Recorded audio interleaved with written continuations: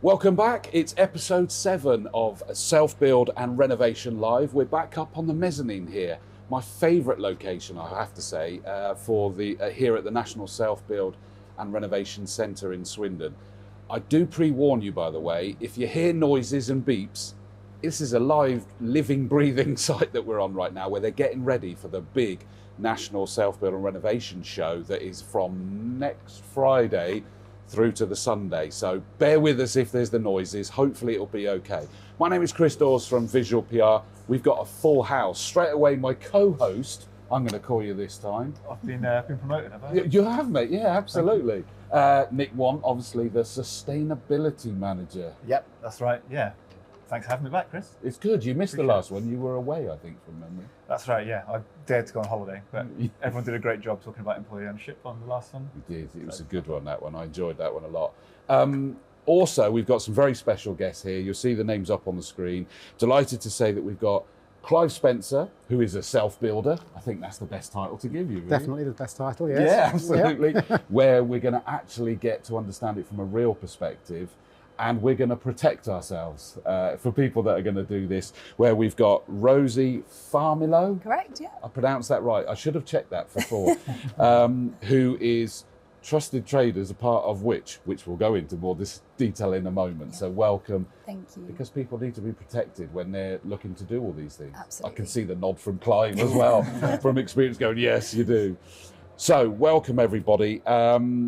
Nick, the whole idea of this one is to have a look at, you know, we've gone into details about different aspects of it, but this is now real life, that people, someone that's actually gone and done it, all the aspects, and someone that looks out for them. Because next week's show, Friday the 31st of January through to the 2nd of February. Yeah, absolutely right. People get to come here and see all parts, any part of what they're going to get involved in. That's it, yeah. So we were really keen. We're 10 days out from our biggest show of the year, the National Self Build and Renovation Show, on Friday the 31st of January through to Sunday the 2nd of February, 9 till 5. Anyone that wants to come, that's, would be great. But we were really keen, where we've gone into a few different topics in these episodes previously, really keen to bring in some different voices, you two, of some people that are actually going to be at the show as well, and are going to be giving talks, giving different perspectives on what it's like to actually do a self-build, and actually how do you protect yourself and make sure you're getting traders you can trust. So 2 different angles to what we've looked at before. Brilliant.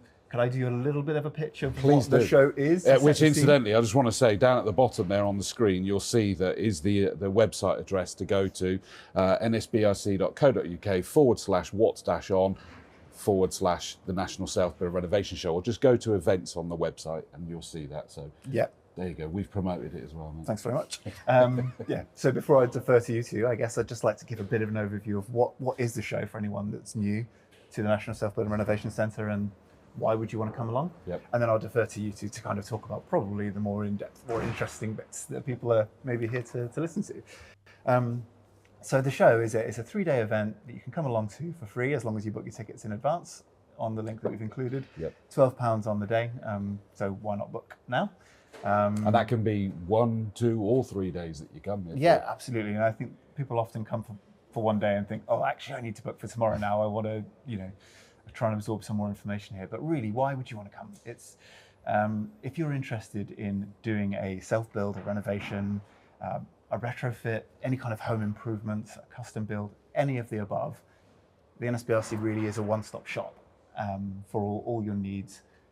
Lots of different voices, lots of different schools of thought on helping you make decisions there. Lots of options. Yeah, absolutely. And really, this weekend at the end of January it's always our busiest, most popular of the year. I think people are in new year, new me. This is going to be the year that I do this project.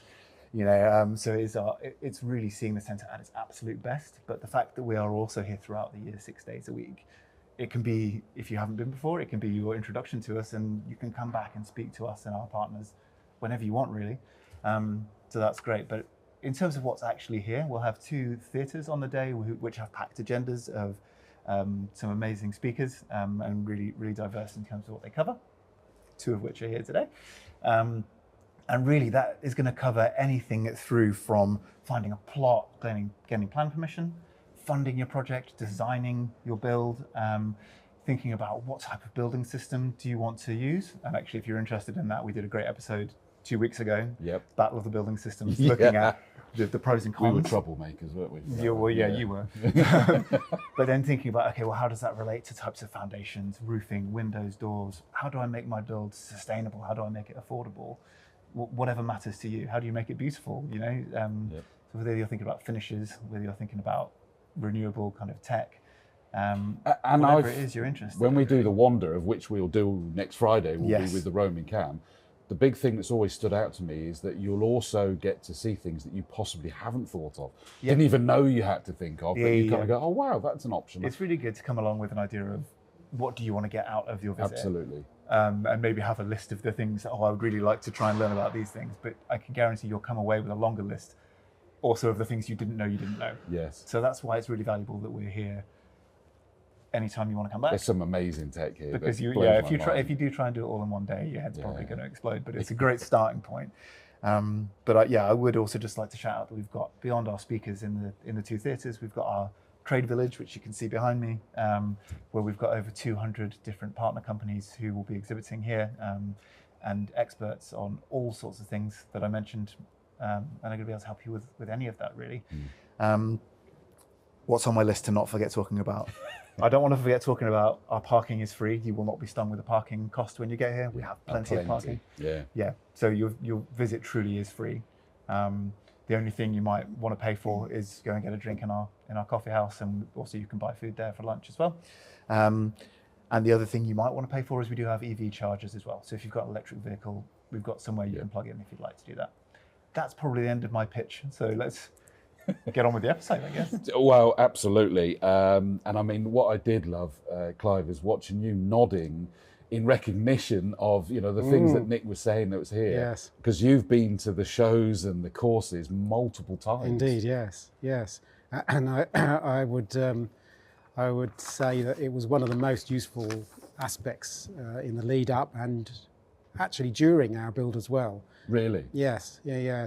To be able to actually come and look at the products in the flesh, as well as know what you're looking at and how they might be used, was extremely valuable.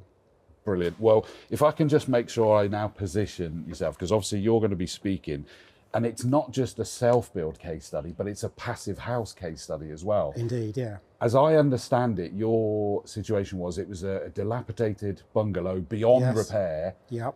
And so it was a Control-Alt-Delete, and you have created what I have to say, and I'm going to put this up on the screen now as well, a beautiful looking self-build. I do love it with that much class.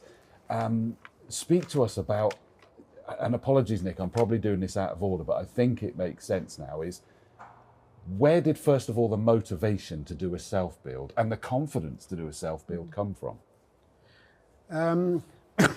Excuse me. The motivation was the type of house we were building, because you can't passive house. If you Google passive house for sale, you'll be lucky if you find them. There's, well, certainly when we were building that or planning it in 2015, 2016. So the motivation to actually build one was mainly because you couldn't obtain one otherwise. I can't remember what the other part of the question was. Yeah, so giving you the confidence to do it as well. Yeah. Because I mean, I sit here now thinking, wow, it's quite an overwhelming proposition. This one was slightly different, because I will confess that this is my third self-build. So potentially, I suppose you could say that it was a more complicated house because of the passive house element, although actually, as things went, it didn't really, for us, make it more complicated. It went very smoothly. But having done the other two definitely helped. As I was saying earlier on, you do become an expert. Unfortunately, at the end of your self-build project, which is rather frustrating. You want to be an expert before it, but so that definitely helped, having done the previous ones. Which again, hence your comment though, is that you get to come back in through it because you become a bit more of an expert as you go through it. So you then kind of go, okay, well, now I understand how that leads to that. I now Yes. want to understand that. Yes, indeed. And of course, each time you do a different, because the previous houses, although they exceeded building regulations, because I've always been interested in sustainability, this one was well beyond the performance of those. So each time there's new areas to learn about, new materials, well, actually, particularly materials, which comes back to the National Self-Build and Renovation Centre, of course, because all the time, particularly with sustainable and environmentally friendly, high performance housing, there's new materials coming online all the time. Of course. And being able to see those in the flesh, that's so important. Reading about a recycled newspaper insulation in a magazine, you know, you kind of build a picture and but be able to come and see it and see what it looks like Brings it to life, yeah, it doesn't does, it? yeah. I mean, your sustainability started even before you were building. It was the destruction and removal of the existing. You put a lot of effort into that as Yes, yeah, because the one thing that we didn't want to do was the choice of plot. We were looking for either a virgin plot or a property that was basically beyond economic repair. We had a structural surveyor look at ours. We did live in our bungalow for 6 years before we knocked it down. And the structural surveyor who came and had a look said we were lucky it never fell down on us. It was, Wow. it was pretty bad. But yes, when it comes to the demolition, we took most of it apart ourselves, sold all the roof tiles, packaged up what we could, and denailed timber and put it on Facebook Marketplace. There are other sites that you can sell on. Contacted companies to recycle the plastic windows. And it was amazing. We literally ended up with a couple of skips. well. I was about to say, I heard two skips and that was all that left the Yeah, site. it was. It is incredible. I mean, obviously, the main bulk of the house was the masonry and the concrete blocks, which we imported a concrete crusher to crush that up, which actually was one of the most amazing pieces of kit. I was expecting a lot of noise, a lot of dust, and it was really quiet and no dust and very undramatic. So yes, and that was we used as the material rather than importing stone. it gave for you the the foundations, hardcore, driveways. And rockeries. Oh, the I've rockery. heard. The rockery wasn't from the bungalow. The rockery was, that was a bit of a surprise. We did a ground test before construction, and we went down about just over a metre, and it all looked like it was, as we expected, soil and brash, which is small pieces of stone. But had we gone down another couple of inches, we would have realised that we were on solid rock. So we had a small quarry going for a while, and the stone, rather than, it would have taken 35 lorries to get rid of it because we could only get 10-ton lorries to the site. So we decided to make a rockery at the end of the garden. Make it a feature. Yeah, it's a neat solution. Yeah, it was a win-win. To import that much stone would have cost a fortune, and to get rid of it would have equally cost a fortune. I know rightly so it has been removed from the screen, but just put it back up. I think we're just seeing part of that rockery. Just in the very corner, yes. Yeah. It's somewhat larger than what you can see Yeah. there. But I mean, I love all of that. I mean, before I come to Rosie, just then the other one is, give us an idea what it's been like to live in a passive house. It far exceeded our expectations. Really? Yeah, I mean, we were expecting the classic one is the money you're going to save in operating it. And I mean, it's really catching on now because, I mean, Wales, for example, only in the past few weeks has decided to create a pattern book for Welsh social housing. It's going to be to the passive house standard. Wow. And in Wiltshire, there are social housing projects completed by community land trusts, basically because it avoids fuel poverty, or certainly helps, goes a very long way, because you're using 90% less fuel for heating, energy for heating. So yes, that's the classic one. It's the low running costs, and as I say, that's beginning to catch on now. The one we weren't necessarily expecting was the unbelievable comfort. It's every room is pretty much the same temperature. You can adjust rooms slightly, but there's no being shocked opening a door and going into a cold room. The air quality is very I high. heard that. Yeah, You can very actually high. sense that, can you? The thing that we notice when we go around conventional houses now is that you generally notice that the humidity is not quite right because you've got so used to it being the right humidity Yeah.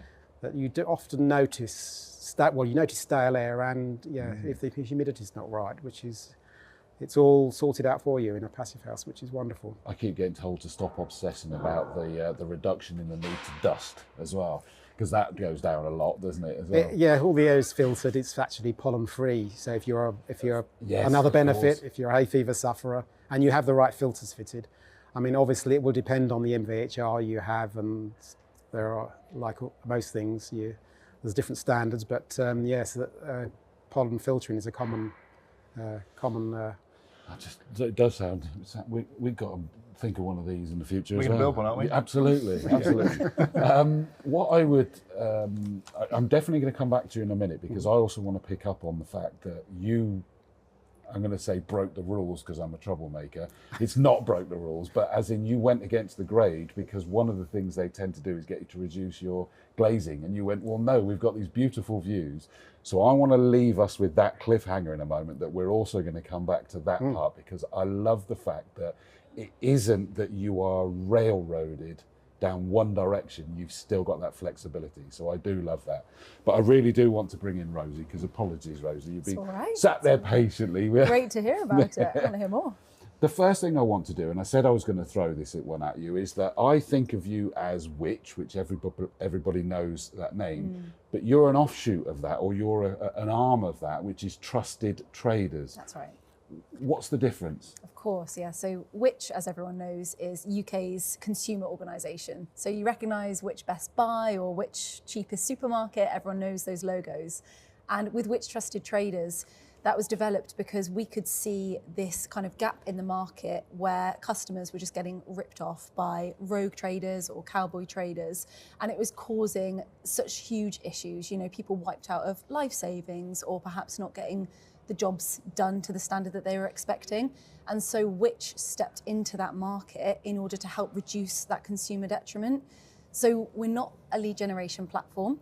I know you can find other ones online that are quite quick and easy to click and sign up to, but we exist because we want to make sure that we are endorsing the best of the best, really. So we've got really high expectations of our traders, anyone who's endorsed with us. So they've got to pass sort of rigorous assessments when they join us as well, and continue to meet our standards to stay endorsed by us as well. So that's how the difference and kind of why we stepped into that space. Fine. So apologies if I refer to you as Which rather than Trusted Traders, but I can get away with it just about. Yeah, that's fine. That's all right. I'm just used to getting in trouble. What are you going to be presenting here at the show? What's your real topic and objective? Of course, yeah. So we're Saturday, the 1st of February, I believe, that we're presenting. Yep. And it's on the importance of choosing a trader you can trust. So we completely understand that people might want to use a company that they've perhaps found online, or maybe they've been recommended a business as well. And that's not a problem. Not everyone's going to use Which to find a company. But we're going to be focusing on three main things. So who Which Trusted Traders are and why we exist. We're going to be talking about the different schemes as well, because there's a lot out there and it can be quite overwhelming from like a consumer perspective. And the third one, and probably the most important one, is we're going to be giving tips and advice to customers. And that's to make sure that they're kind of armed with this knowledge that when they've found a company that they want to work with, they can carry out all the necessary checks before letting them into their home and parting with their hard-earned cash as well.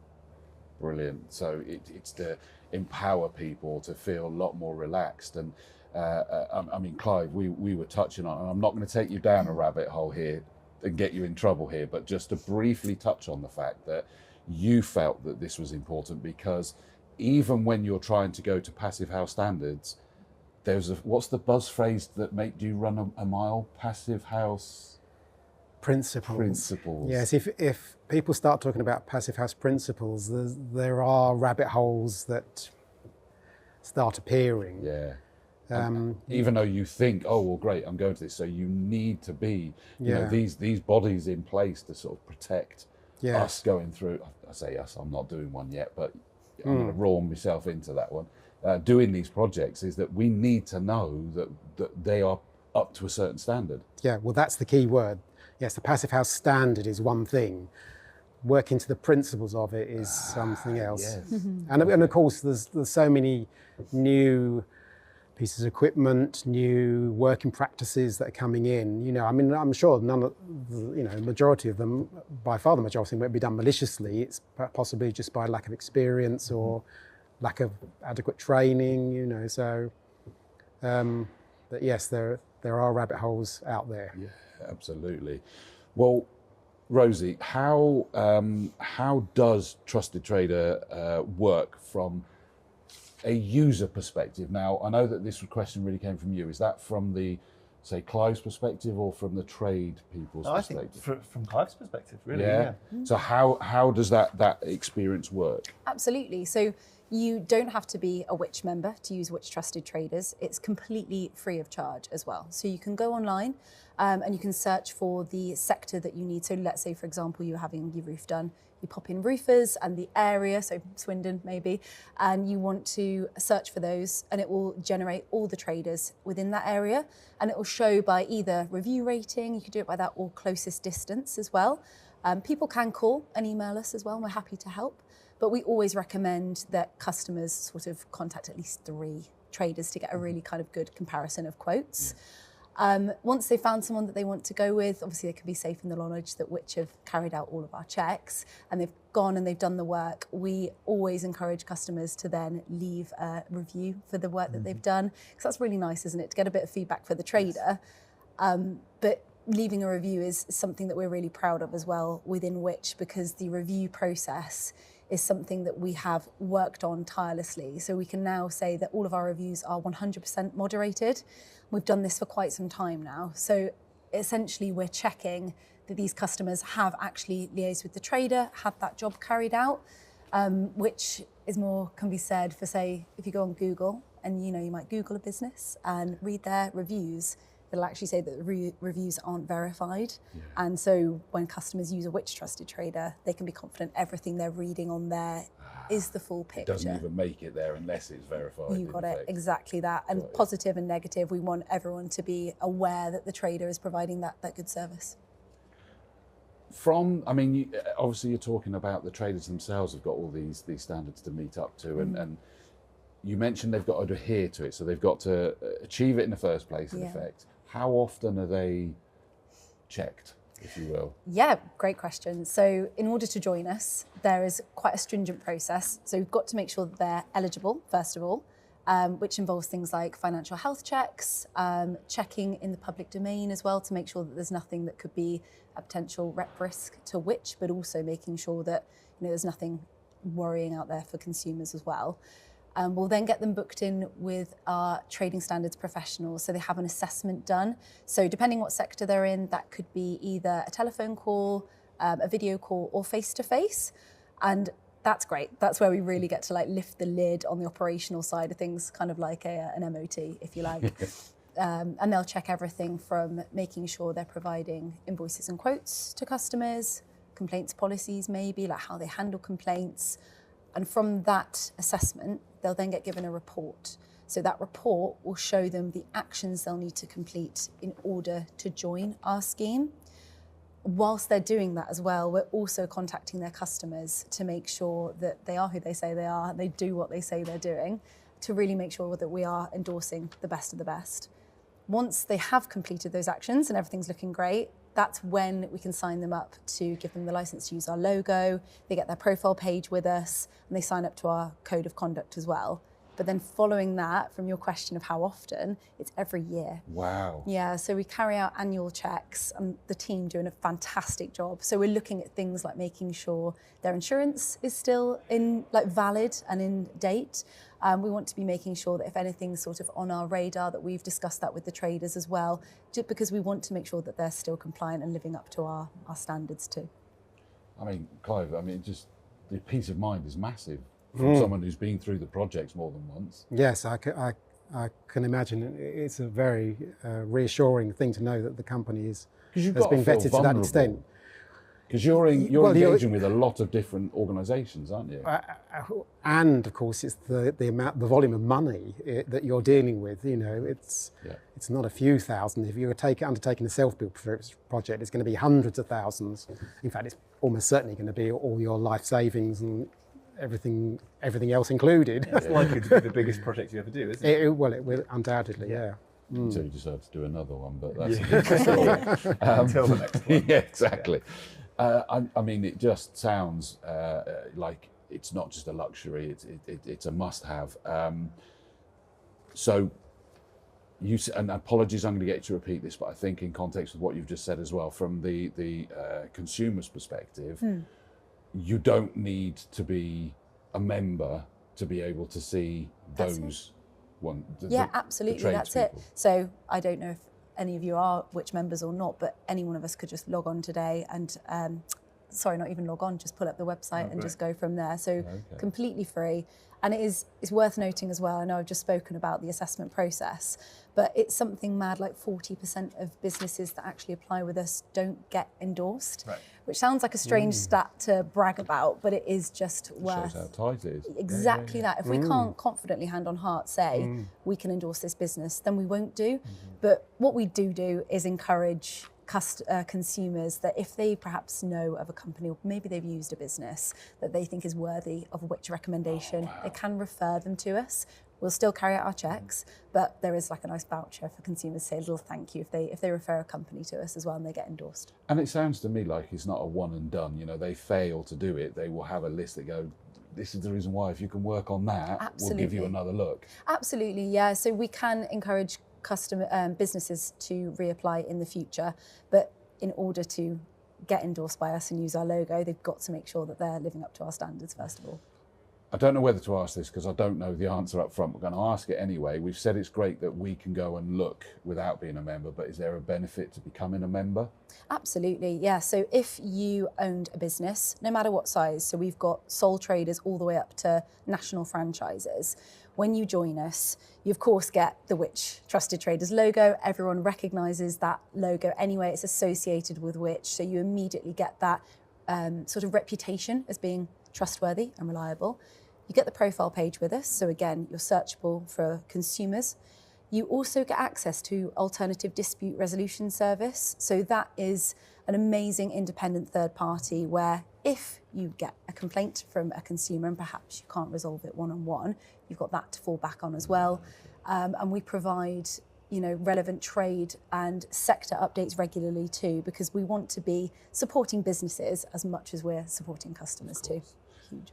But from a consumer perspective, is there a membership? I know you're saying we don't have to, but is there a consumer-based membership? Oh, no. So if you wanted to be a Which member, you're welcome to sign up, but Trusted Traders, no, that's completely free of charge. There's not a membership. Fine. I want to make sure I was being fair in this absolutely. interview, so that's cool. Great, but I did pull up about the mediation process, which I think when we first spoke about this, I thought, yes, that's so important to making this work, isn't it? Because it's everything else is great, but if you then have something that goes wrong, if a trader that's gone through all those processes and they've been great in the past, but what if they're not great for you? And actually no, that's there to back it up. That's great. Absolutely, yeah. We want, we encourage businesses to try and resolve any issues they have with the customers up front, because we should hope that they've been involved in it, they can find a resolution. We do also step in and mediate if we need to. So we can provide a reset inspection. So that depends what sector it's in, but we can carry out a survey. So that helps support consumers or traders, depending on what fault was possibly happening with the work that was carried out. But the ADR, the Alternative Dispute Resolution Service, is there as that final backup as well to really kind of help resolve any complaints that need it. It's a good safety net. I love it. Things happen, don't they? And it's about how it's resolved during that and working all together. Clive, obviously you're going to be speaking as well at the show on the Friday, I think yours is. Yeah. What can people expect to hear during that presentation? I'll do a brief summary of what Passive House is, in case people don't know. I'll be looking at the main factors that affected our design. We've done a lot of monitoring on our property, so I'll be sharing the results of that, and they're up to date as well. I completed them yesterday, in fact, for last year, so there'll be up-to-date results. I won't share them then. No, but basically they'll be looking at energy use, air quality, all those aspects of it, and some of the benefits that people may not have thought of, and just generally the experience of living in the world's highest recognised low energy home environment. So exactly.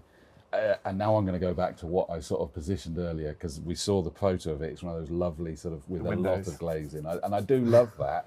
But of course, as an overgeneralization, one of the things is to reduce your glazing. But you were like, no, we want to see this view. Yes. Well, it was one of the factors that was potentially problematic in the design of such a house. Although, I mean, the advice is that the majority of your glazing is on the south-facing side. Our plot is east-facing, so obviously that was never going to happen. But it was interesting, during our planning stage, I spoke with one of the leading passive house architectural practices in the country, and they said they'd just completed a house with mostly north-facing glazing. Can be done, but of course the payoff is it will cost an awful lot more. So, and the same with us. I mean, we did manage to have the glazing we wanted, but we did have to incorporate shading measures. Because overheating can become a problem, can't it? Well, in usually the recognition is you won't have any problem heating your passive house whatsoever. just ask a neighbour in, their body heat will do the job for you. Yeah, overheating, but that's not just passive houses, that's all houses that are becoming more energy efficient. And of course, with the latest building regulation amendments, you know, it's been recognised as overheating becoming an issue. So yes, there is potential for overheating, and it definitely needs to be taken seriously. And of course, if you are building a passive house, the one wonderful thing is that it uses the passive house planning package, PHPP, and with us, it was all highlighted before we even started construction. So we knew it was manageable, we knew how to manage it. There was one window actually that we didn't detail for shading, and that was our one west-facing window.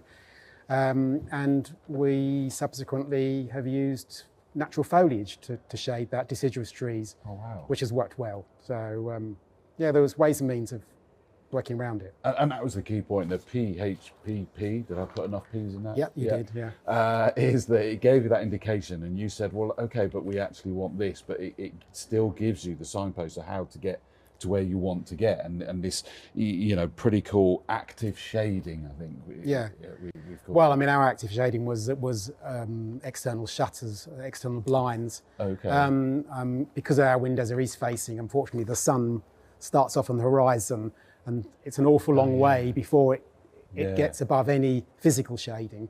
So on the west and east, you generally need to physically block the window rather than relying on brise-soleils to shade them, which you can use on the south-facing side. But equally, as you said, with the foliage, it showed that for the western side, that was an option. Yes, for you to go. It was we were prepared to put an external shutter on, but we thought we'd try the foliage first, and it was enough. So. And I know you might find it daft that I'm focusing on some of these, but it's just something I found really, really cool, that A, it looks great, and B, it was like, okay, you don't need to be railroaded into the wrong decisions for what you have in your heart and head. Yeah. It's just find out how you can achieve what you want to achieve and still achieve those standards. Other things such as filter changing, how does that happen? It's something you need to do once every 6 months. It's one of the reasons that you need to have your MVHR located in an easily accessible position, because it's not something you want to put off. No. And I can imagine that if it's in the back of the loft and you've got boxes in front of it, it could easily be something you want to put off. So yeah, it's not something you need to do very often, but it's a very important task to carry out to keep your heat exchanger clean. I can't remember whether I actually asked this, but quite a general sweeping question. Why did you want to go passive house? I know it sounds fairly obvious, but I want to hear your take on it. Well, we bought our plot in 2014, and at that time, the Code for Sustainable Housing was in place, and we were expecting to build our house. It did take a few more years longer than we were expecting, but by the time we were going to be building it, Code 6 would have been in operation, which was zero carbon housing. So we were already prepared to build a zero carbon house. I mean, the government decided to remove that requirement. In fact, actually, the Future Home Standard, which is coming out this year, is the first new way to progress into zero carbon housing. But in the time that there was a lack of direction and guidance, moving to passive house was the obvious answer. It didn't take long when you Google sustainable energy efficient houses to find the word passive house. No. And we came to one of the lectures, the classes here at the Self Build Centre before we built, and if that wasn't enough, we then took part in or visited a passive house through the Passive House Trust open days, and that was the decider. Once we'd visited one, and it was on a cold day, -2 outside, and I can remember the very kind lady who allowed me to look around her house said, asked her, "I presume you've got underfloor heating?" And she says, "No." And she said, "In fact, there's no heating on." So, wow. And just literally walking in to an environment like that on a cold day, which isn't being artificially heated, was the decider. Because that was one of the things, wasn't it, that you were given advice about going, no, don't go underfloor heating. Yes, well, I had underfloor heating in my previous house, so I was familiar with the way it can react slowly. I mean, they have developed underfloor heating that's buried much nearer the surface, so it responds quicker. But as I'll talk about in my presentation and illustrate with some of our monitoring data, the temperature in a modern, well-insulated house can respond very quickly to sunlight, especially in the spring and autumn when the sun's low and any physical shading won't be operating. So you need a heating system that's responsive too. So, yeah. And I'm always trying to make sure I'm not nicking too much of your presentation, because we want people to go and see this to hear all about it. And which is what you mentioned it, so I can say that you are carbon neutral. I'm not going to do, the energy and things like that. We can leave that as surprises. But one that I loved seeing is that you achieved an air tightness of 0.3 changes per hour, which is twice as good as you needed it to be to achieve the passive house standard. Yes, yeah. But we were extremely pleased with that. Yeah. And in fact, the contractor who our main contractor had actually achieved 0.1 with one of their previous buildings.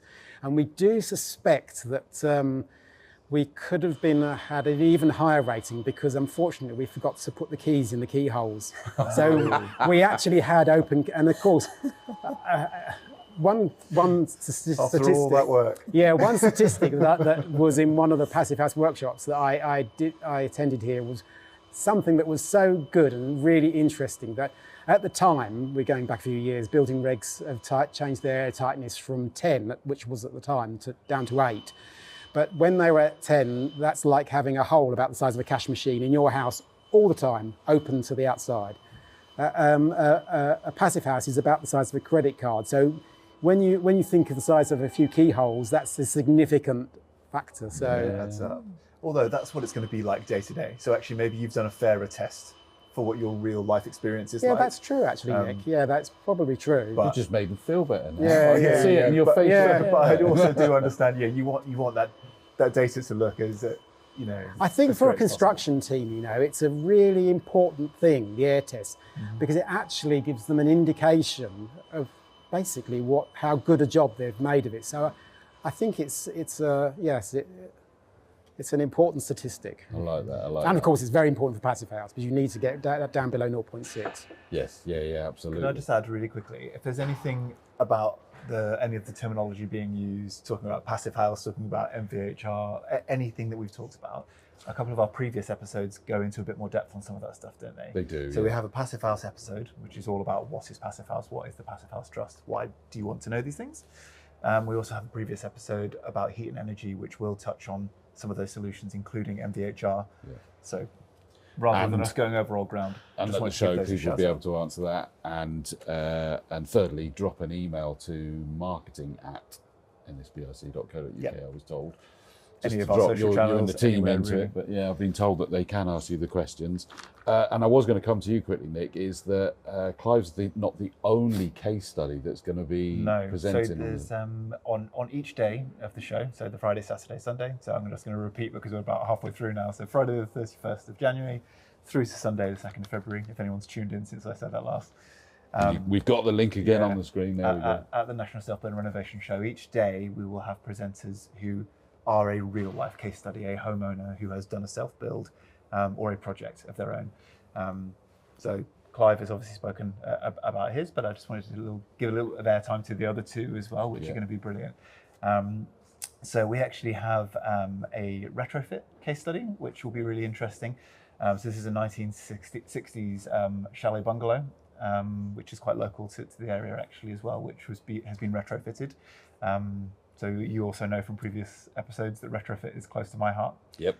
And our new retrofit zone is coming later this year, so we're really excited for that. But in the meantime, come and hear Kate talk about her retrofit project and what she's done with that old bungalow that actually needed a little bit of love. So what she's done in terms of better insulating that, introducing a ventilation unit to the MVHR as well to offset that. She's introduced solar panels. She's actually extended the first floor a little bit as well at the same time. Okay. So there's loads of really good stuff that's gone on there. But then something that's completely other end of the spectrum really is a timber frame self-build that's been built by Frame Technologies within the initial framework of a barn. Oh, so this, wow, and okay. you can see some pictures of both of these on our website as well. But it's a barn conversion, but it's not a barn conversion because it's this big new timber structure that's within that, and it's these huge wide open spaces. And I love brilliant. how these shows are all coming together because as soon as you said it, I thought of our friend Andrew Jones, the VAT man, You've got to where he reclaim said the as long VAT, as there's yeah. 3 sides that still exist, you can claim the VAT back. Yep. See, I remember. I listened to these shows. It's happening. It's all It does. Yeah. Oh, cool. So that's over the 3 days. Clive on the Friday, the retrofit on the Saturday. I'm not sure on the days off the top of my head, but there's Fine, one one day. way or the other, and then the timber frames. Yeah, that's it. So those are the 3 case studies that we'll be showcasing. And Yours is timber frame as well, isn't it? It is, yeah. Yeah. But a little bit there. Yeah, they're A different. completely different design. Yeah, absolutely. So Yeah. that's really cool. But yeah, amongst many other talks and seminars from experts and traders with us. Fair dues. Rosie, I know we've chatted about what your presentation is about, but on a wider scale, what else might visitors want to come and speak to Which about? Yeah, of course. We're also going to be presenting on Which's new tool. So it's a home energy planning service tool. So really relevant for this conversation. Yeah. But it's this fantastic, again, free tool. You don't have to be a Which member to use this either, but you can access information to make your home more energy efficient and ultimately help with energy bills as well. So depending on what your ambition is and perhaps what your home needs, it will recommend anything from, you've got new tech like solar panels or ground source heat pumps, all the way through to your classics like insulation or double glazing perhaps.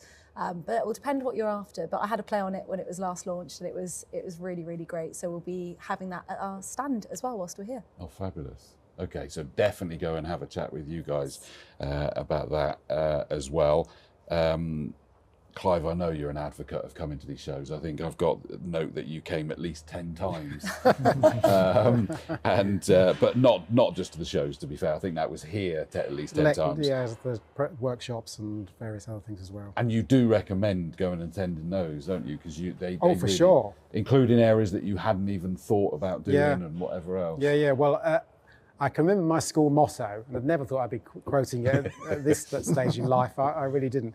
But it was knowledge is strength. And I can absolutely vouch for the fact that the knowledge that I picked up from here and elsewhere was definitely strength when it came to doing self-build. To be able to identify problems early, to be able to discuss them in a way that that your contractor will understand, and of course you understand, is extremely important. So, No, absolutely. yeah, And that included even seeing the permanent displays that. Oh are yes, here, yes. all To of see something those. in the flesh, as I say, is just so different. Well, and feel it. I mean, we chose our doors from here, and just literally being able to physically open a door and think, oh yeah, that feels robust, and you can look at the seals and think, yeah, they're going to work. Well, we had examples when we were wandering around, and we'll do this again on the show of the roaming camera, and we had two distinct examples that stand out for me. Was one, the big fan unit. Yes. And he went, it's silent. Now, the problem is you can read this stuff on the website. We can even have it certified by Which and Trusted Traders that absolutely, but it doesn't give us the context, does it? But we were stood by that film. We were going, look, you can hear nothing. Pump, wasn't it? Yeah. And the other we one, took a risk because we put the microphone right up to We it. did, Couldn't make it sound like a helicopter. but they didn't panic at all, did they? So we knew we were going to be safe. And the other one that we did the walkthrough, It was the rock wool insulation, wasn't it? So Oh, they've it got a just little goes tunnel you can walk dead. through where you can sound. hear the insulation working because it just deadens the sound as soon as you walk through that little tunnel. We were talking before we walked in and then into it, and it just went poof, dead. And of course, us as a production crew, we were going, oh, this is what we need to put in the studio. Listen how deep my voice is now. Exactly. Yeah. It was great. And you've got all of those things there. I mean, I remember suddenly seeing things like the recycling your water, using more grey water and all sorts of other things that can be introduced. Literally, you need to also wander with an open mind, I think. Would you agree with that sentiment? Yes, yeah. There might be things here that you hadn't ever contemplated. Yes, for sure, yeah. I know that, but I get your point about you can overload as well, but it's just good to go and do that. That's why we recommend coming more than once, right? Exactly. But the first thing is come once. Yeah. And then you'll see actually how much is here, and you're going to want to probably have an ongoing relationship with partners here, which is great. I like as well, I don't know whether you experienced this, Clive, because I don't really know where it came about, is that you've got the QR, I say QR codes or barcodes. Barcodes, yeah. And it can include that you can actually zap it to receive some information, but don't start hounding me. Yes, I like that. definitely. But you've also got the one that says, call me as Yes, well. yes, yeah. Yes. I just think that's a nice little break. Yeah, so in the trade village that's behind us, every stand has at least a barcode on it that you'll be given a scanner on the way in when you sign in. So you don't have to walk out with bags full of Well, stuff. that's it. You don't need to take flyers from Which is a everywhere. sustainability manager will destroy you if they're walking out with all those leaflets. Yeah, I'm there with a recycling bin at the end. He's in tears watching it all. Yeah, It's all good, but it's it just kind of puts the decision in your hands of who do I want to hear from and how.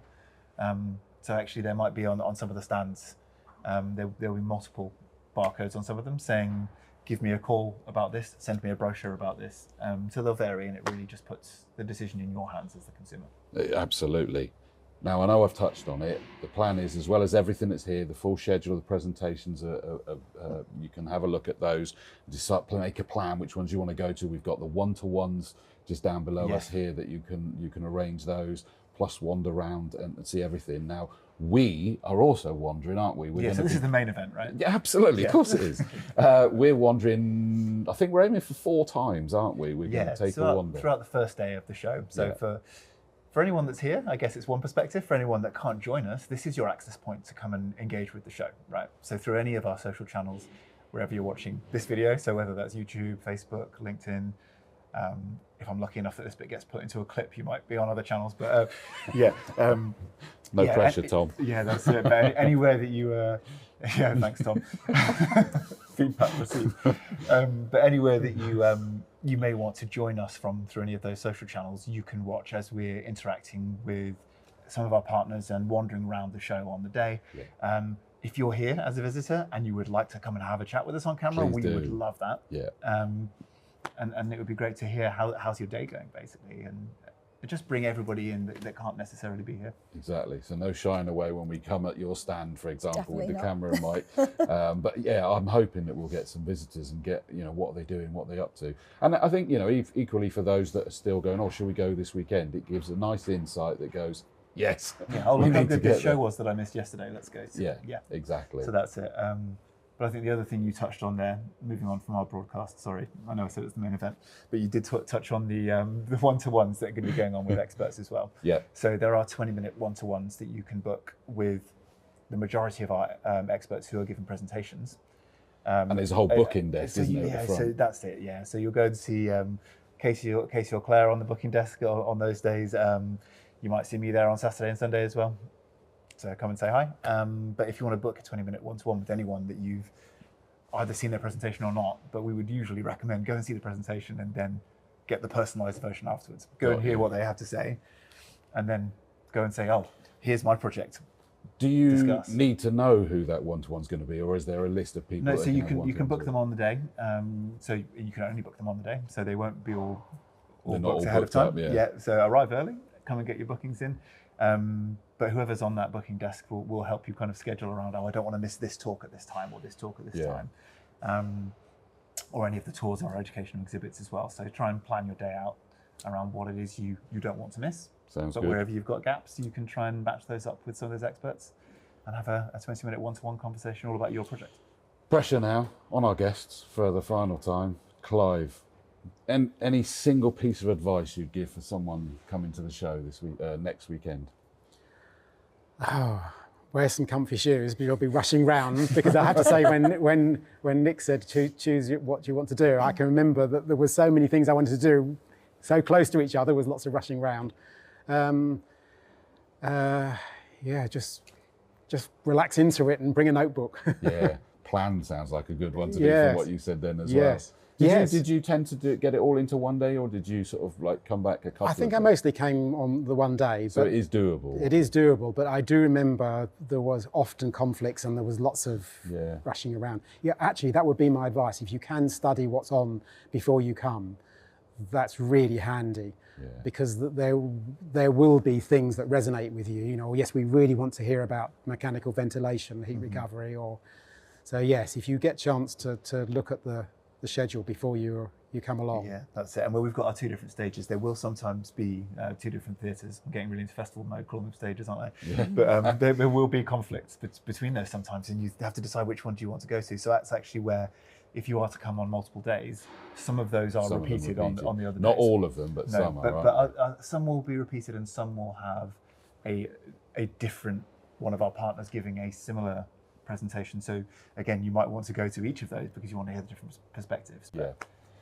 And I always, and this is really to both of you, I get the impression, and I am going to come to you for the same question, but I get the impression it doesn't matter what stage you're at, whether you're thinking about it, whether you're just in the early stages, midway through. You mentioned, Clive, that you did it where you'd come back during the phases, different phases of it. It's worth coming back no matter what stage you're at. Yes, you for agree? sure. Yeah. Yeah.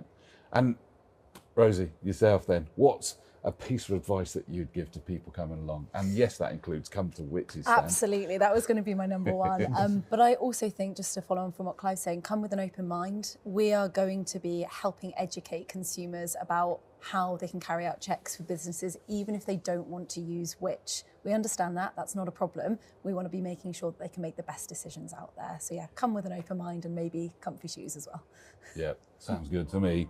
So Friday 31st of January to Sunday the 2nd of February, over the 3 days. Tickets completely free to get in as long as you book them in advance. And if you go to the NSBRC website, you will see the link there under the shows. Yeah, so It's not it's- events, it's shows. Isn't Yeah, it? so it's what's on and our What's shows. on, that's Yeah. it, sorry, yep. And get the tickets booked for, and equally, one thing I want to pick up that was really useful, you mentioned that you could be here on one of the days, say on the Friday or the Saturday, Yeah. and go, oh, I need to come back a second day, but I haven't pre-booked. It's classed as a pre-book on that other second day, isn't it? If you Yeah, want that's to it. come back. Yeah, that's it. But you can keep coming back, so that's no problem at all. Yeah, I But think that's a key one as well to know. Anything that we haven't covered on the shows? Anything that think I so. haven't asked our lovely guests? anything from you guys? Yeah, anything that I have that you haven't I added? think you did a good job. Yeah, thank you for having Well, us. there we go. No, thank you so much for coming on. Great suggestions, Nick. I think it was wonderful to get that personal side of it.